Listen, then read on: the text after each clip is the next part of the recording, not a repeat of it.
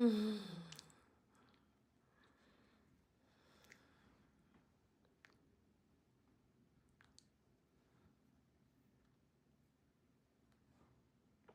Have you looked at the world and felt that sinking feeling in your gut?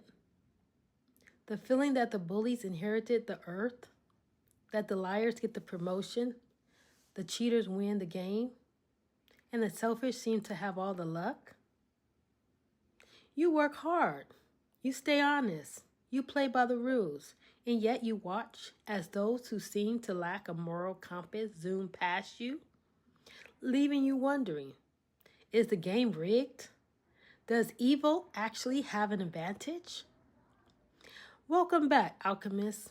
You are listening to episode 33 of Alchemize Soul. I'm your host, Destiny, and today we are doing a deep dive into one of the most frustrating and persistent questions of human existence, exposing why the evil ones succeed more than the good ones. This isn't just a rant. This is a dissection. We are going to expose the mechanics of their success, look at the illusion of their victory, and most importantly, figure out what it means for us, the ones trying to walk the higher path. Stay with me.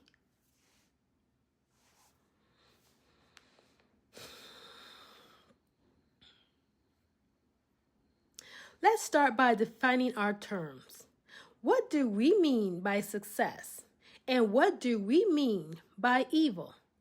When we say the evil ones are succeeding, we are usually looking at a very specific material scoreboard. We're looking at money, power, status, followers, real estate, and market share. If that is the only scoreboard, then yes, it often looks like the bad guys are winning. History is full of tyrants who died rich, corporations that polluted and profited, and manipulators who climbed the corporate ladder. Why? Because evil is efficient. Think about it. A person with a conscience has to stop and think. Is this fair? Will this hurt someone? What are the long-term consequences of this action? That takes time. That takes energy. That builds hesitation. But someone who has silenced their conscience, they operate on a cheat code. They don't have speed bumps. They can lie without blushing. They can take credit for your work without losing sleep. They can cut corners on quality because they don't care about the customer, only the cash. They succeed on the material plane because they have removed the friction of morality. It's like they are driving a car with no brakes. They get to the destination faster. But here is the secret. They don't want you to know. They are also heading for a cliff, and they have no way to stop.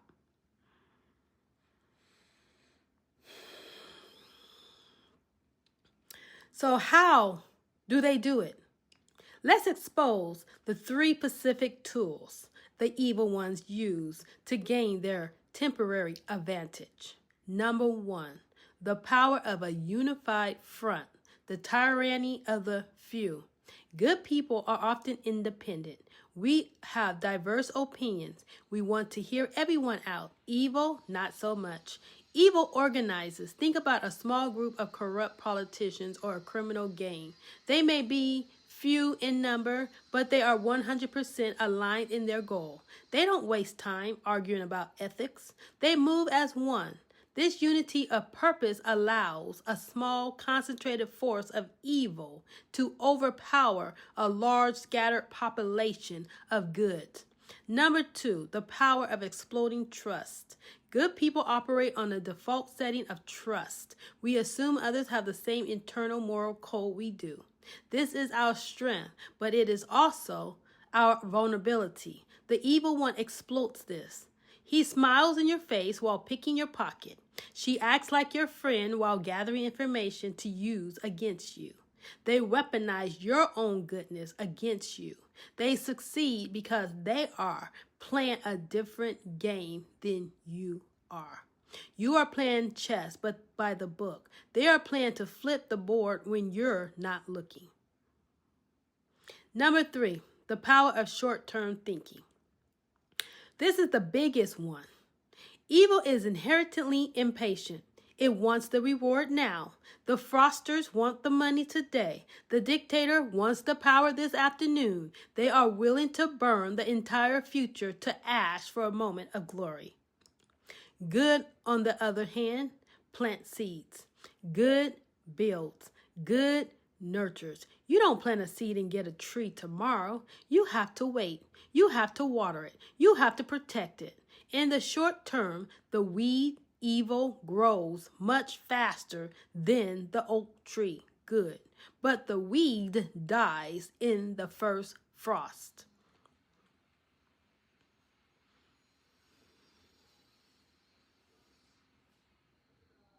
This brings us to the alchemized part of Alchemize Soul, because we are not here to just complain about the problem. We are here to transmute it. So how do we, as the good ones, counter this? How do we win a game that seems rigged? The answer is stop playing their game. Their success is built on a house of cards. It looks impressive from the outside, but it is structurally unsound. Here is the truth they hide. They can never enjoy the spoils. What is the point of winning if you can enjoy the victory? A person who gains money through manipulation can never truly relax. They are always looking over their shoulder. They are paranoid that someone will do them what they did to others. They have the mansion, but they live in a prison of anxiety. Is that success? They are surrounded by transaction, not connection. The evil one may have many followers, but they have no friends. They have sycophants, but yes, men, but no one who truly loves them. When they fall, and they always fall, they fall alone. Good people build a community. We build bonds of genuine love and support. That is a wealth that cannot be stolen or bankrupt. Then you have the law of spiritual gravity. What goes up must come down. There is a universal law that cannot be broken. You reap what you sow. It might not happen today or tomorrow or even in this decade, but the seeds of destruction are built in every unethical action. The corporation that poisons the river might profit for 10 years, but they will spend the next 50 years and their entire net worth trying to fix the damage, or they will simply collapse under the weight of their own rot. The success of evil is a loan with a crippling interest rate. The success of good is a slow-growing investment. That becomes an inheritance for generations.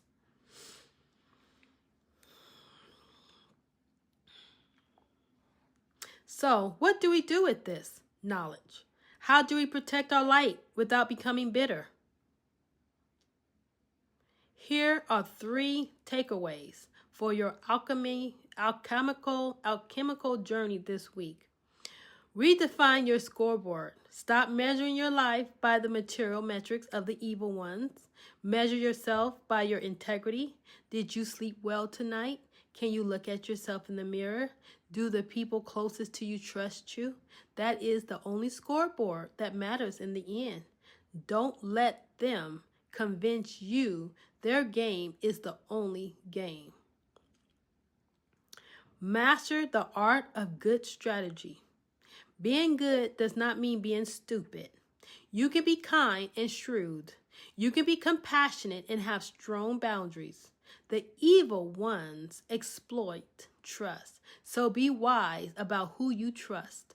Learn to recognize the manipulation tactics we talked about. Protect your energy. You don't have to be nasty to be savvy. Embrace the long game. When you see a cheater pass you by, take a breath. Remind yourself that you are playing an infinite game while they are playing a finite one. You are building a legacy. They are building a monument to their own ego. Egos crumble. Legacies endure. Patience is the superpower of the righteous. The arc of the moral universe is long, but it bends towards justice. It doesn't bend overnight, but it bends. And you, by staying true, are helping to bend it. So, the next time you feel frustrated by the success of those who play dirty, remember this. You are not losing. You are not done yet.